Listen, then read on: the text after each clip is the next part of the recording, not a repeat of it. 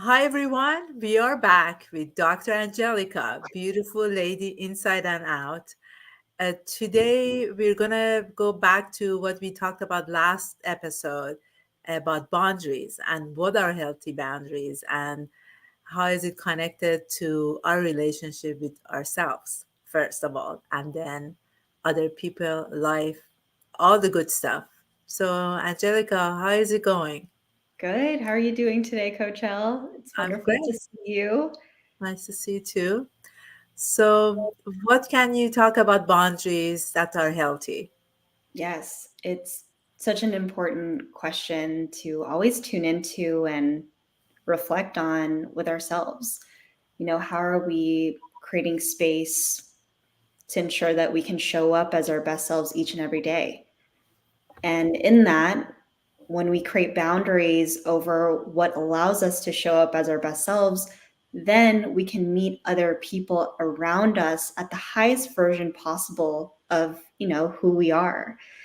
But I really believe that, the depth of relationships that we can build comes from the relationships that we have with ourselves. And that's where boundaries come in. Beautifully said. I love the word boundary. Many years ago, I didn't even understand what it meant. But Me then either. when I went deep and like worked on myself and took classes, and I said, "Oh my God, why was this missing in my life? Why couldn't?" I think that boundary comes from that space of okay, self love, self care, Mhm. because if it's not there, then you cannot put those healthy boundaries with other people, even with yourself. Because let's say the simple stuff that you say, I want to go for a walk every morning. Mhm. And if uh, gi- you do not give yourself that space and time to walk for half an hour, 15 minutes, 20 minutes, whatever it is, then uh, then there's no healthy boundary there. You know what I'm saying? It's just like, Yes, oh my I feel you. God. Oh my So God. that means that you're ignoring yourself and your needs. If that action gives you a better day, if it makes you happy, if it's uh, a start of the wonderful day for you, why wouldn't you want to do it every morning? Absolutely. No, Yeah. I completely reflect back to you the importance of not ignoring our needs. What I always love coming back to is this. I forgot if I got it from a book or a podcast, but imagine the advice that you would give a best friend when they're feeling super low, right? You're like, oh, you need to show up for yourself, take care of yourself, do a nice, you know, workout or whatever makes you feel really good. Now, imagine that you are your own best friend. Would you honor Ex- that? exactly. But I Yeah. feel like for whatever reason, when it comes to ourselves, we are so quick to put ourselves on the back burner. And what Yes. is the result of that? It's us feeling like we are not able to show up as our best selves because we don't think that we deserve that, because we are not showing up and doing the things that enable us to be able to step forward in that full, you know, just unconditional, loving, and supportive space. Yeah. Yeah. Exactly. If in the interaction with another person, your life partner in business, anything, if you don't consider yourself and how you're feeling at that moment in that interaction, because I know and I believe that interactions are, especially with your partner, it's always happening all the time. So if you know the outcome of that interaction, and if you want to make it to a different way, a positive way for both sides, then why not communicate that? Why Right. not give yourself that space and give the other person the boundary and Right. yourself the boundary so you can have that interaction in a nicer, healthy, loving way. It's Absolutely. yeah. It's amazing how we kind of ignore ourselves. We put ourselves, Yes. as you said, in the back burner. Yes. Yes. And just tying it to, our physical health. How does that show up when we stop, upholding those healthy boundaries for ourselves? We start to experience, decreased immunity because we are not sleeping as well, we're not exercising as well, we're not eating as well. So then how does that translate to, the way that our bodies are able to function at its optimal capacity? So bridging that gap between boundaries to our physical health, it's a very important educational point that I always like to facilitate with my patients. And I know it's something that you always make a point to bring up with your own clients as well, which is so, so impactful. Yeah, because physical health is part of that self-love. Uh, Mm-hmm. to me, it's it's essential, and you can have it all. Being healthy, having being in a good relationships, and having abundance. If you talk about money, whatever income that you like to have, so you Mm-hmm. can have all that.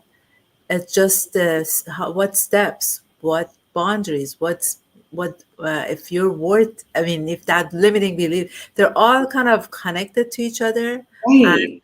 and how you believe in one aspect of your life. If you're not taking care of yourself health wise, then Mm-hmm. you're not taking care of yourself on the other side. Exactly. I mean, how you do one thing is how you do everything, right? Exactly. And when we think of our well being, the physical health is really the base foundational layer of it all. And that's where we start to add layer by layer. Where are we emotionally? Where are we from a state of our own perceived successes in relationships and career and everything?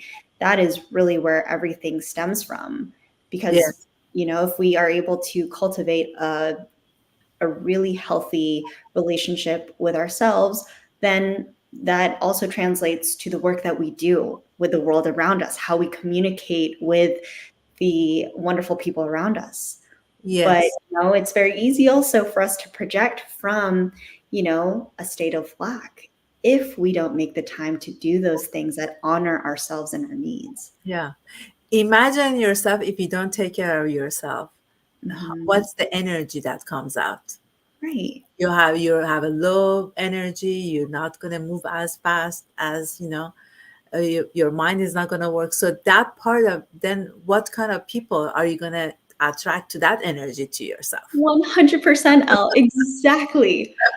Oh my gosh, I'm sure, you are speaking to a choir. And for my younger self, where I was like, Angelica, why are, you think about moments in life and we always hold compassion for those moments where we spent time with different friends, we were in relationships, and God bless them all because clearly it allowed us to learn more about ourselves and what we deserve. But Exactly. going forward, how do we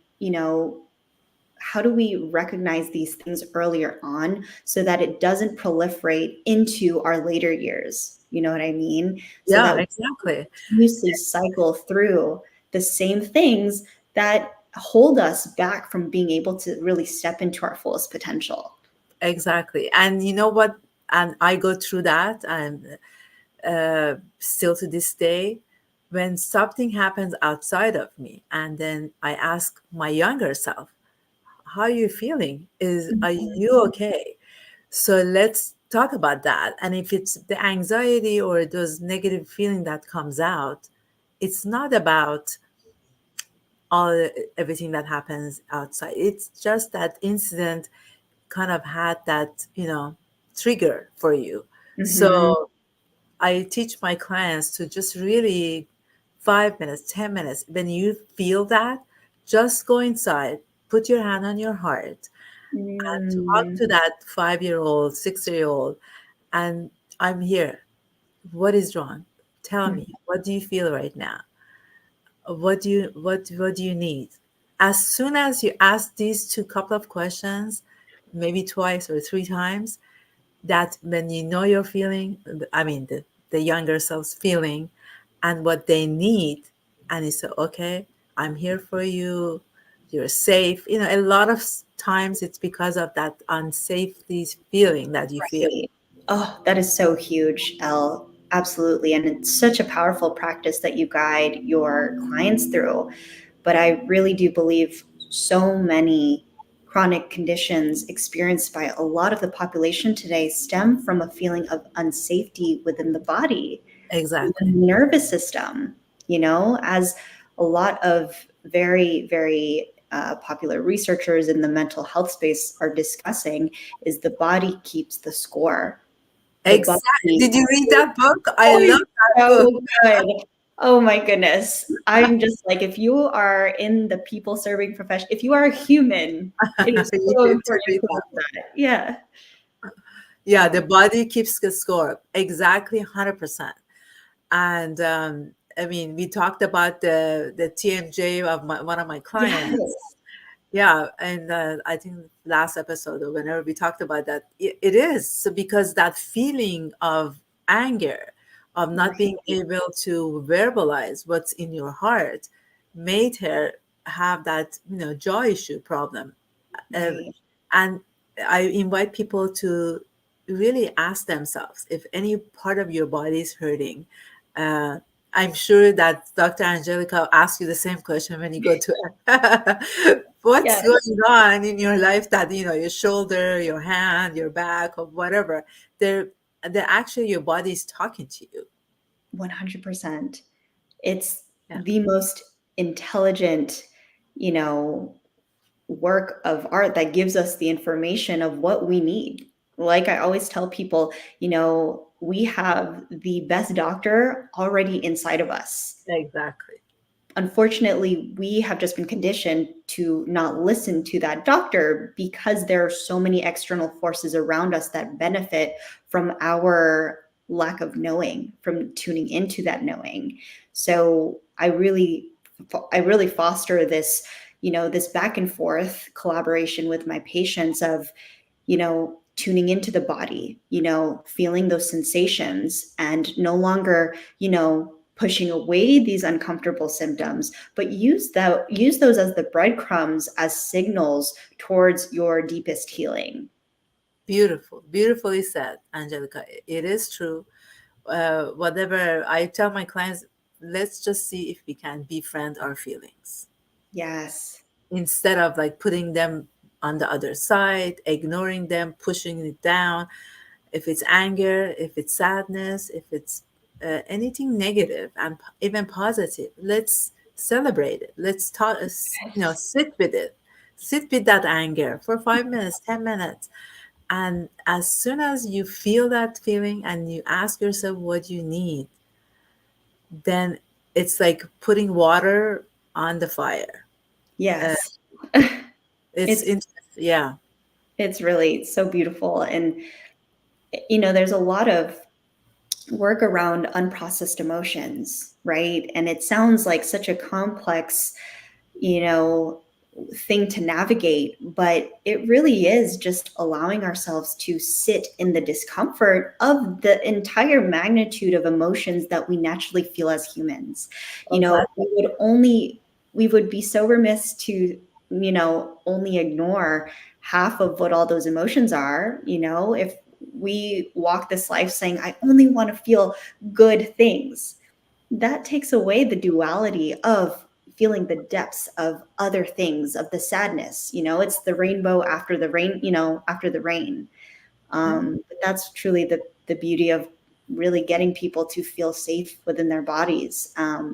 So it really takes me to this next point of, how do we foster safety within our bodies? We can discuss some techniques around that and just how to support people in really befriending their feelings, like you always mention, so that people can start to foster that relationship with themselves and ask the right questions to a place where they just learn how to really love themselves at the highest capacity.